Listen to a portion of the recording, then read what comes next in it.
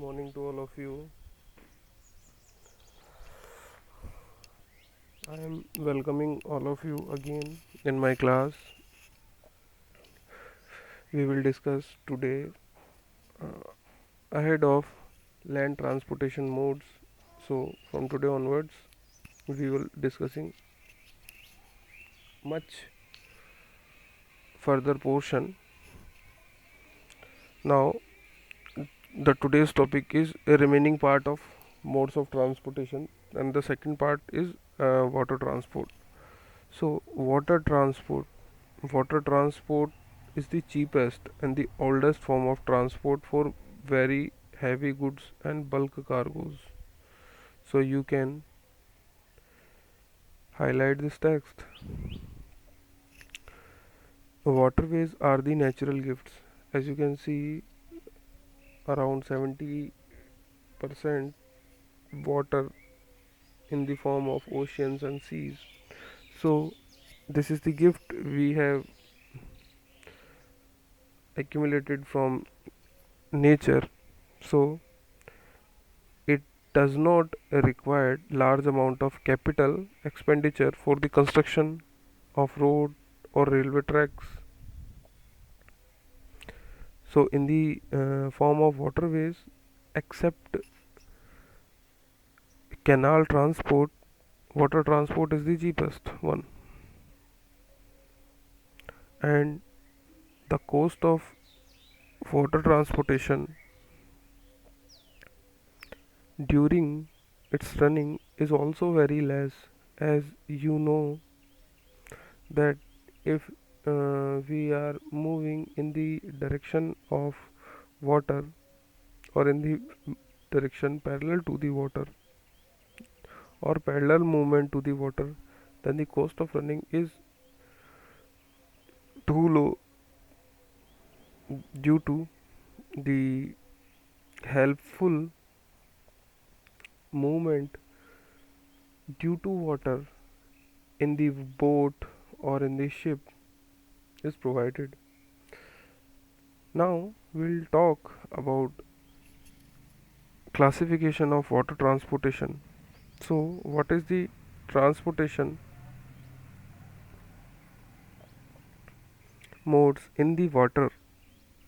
So typically water transportation is of two types. First one is inland waterways and second one is ocean transport.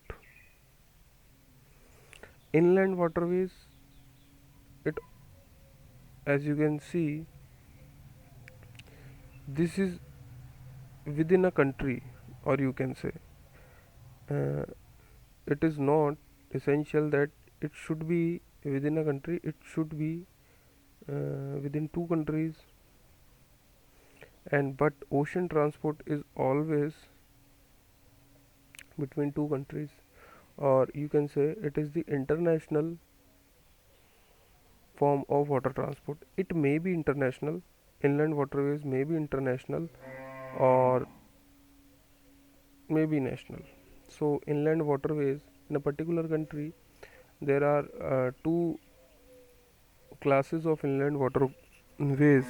First one is river transport. As you can see, in a country there is have to be rivers and canals.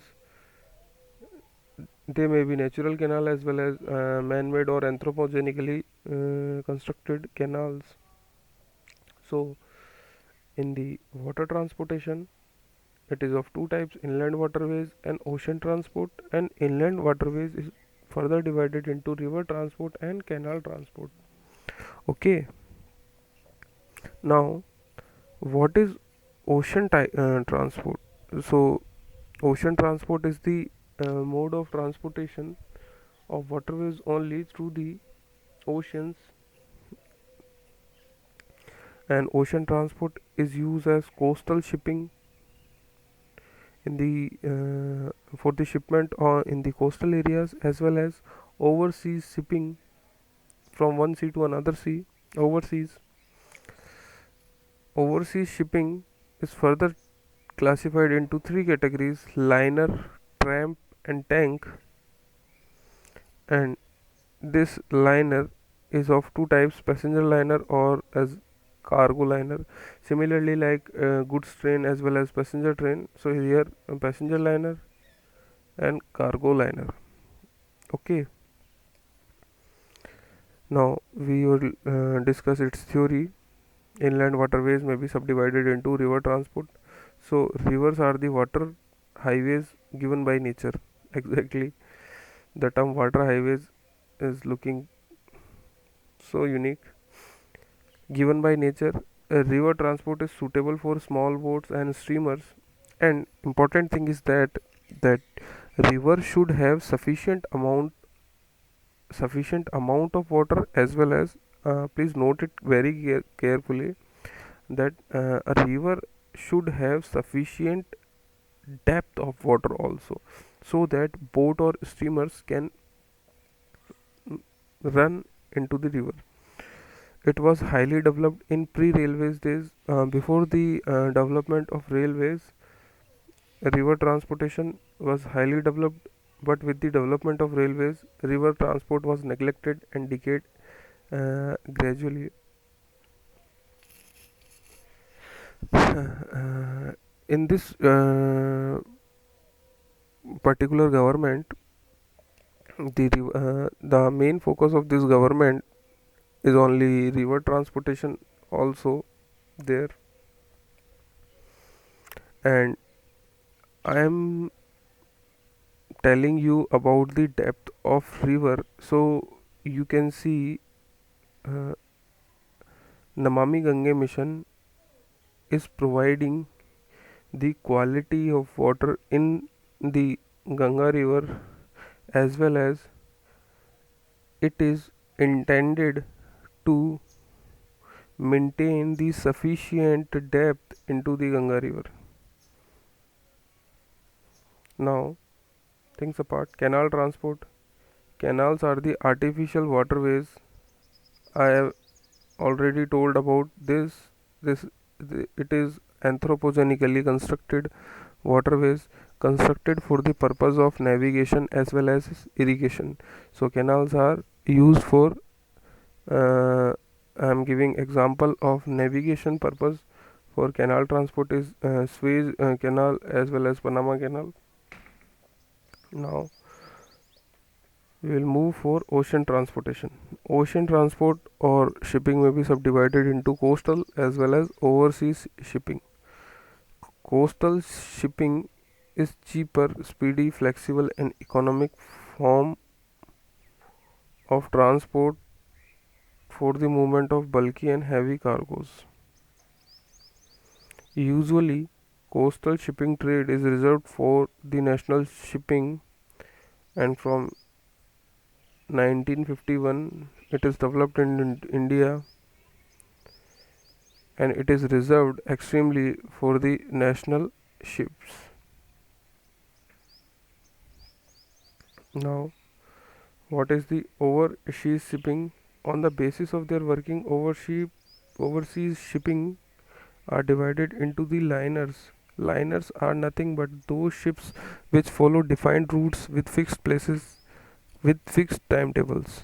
So you can see liners are those overseas shipping modes which follow defined routes, fixed places with fixed timetable. The trams those ships which have no set routes or fixed timetable. And the oil tankers, special sea carriers of crude oil in very larger quantity. The liners may be again subdivided into passenger liners as well as cargo liners. Uh, uh, uh, I hope I am giving an example of cruise ship, as you can see in the very famous Hollywood movie Titanic. So it is the typical example of passenger liner. Or recently a movie mm, in which a cargo liner is there. It's a haunted ship which is named as Seabird. So I'm hoping that you are feeling really well with these lectures.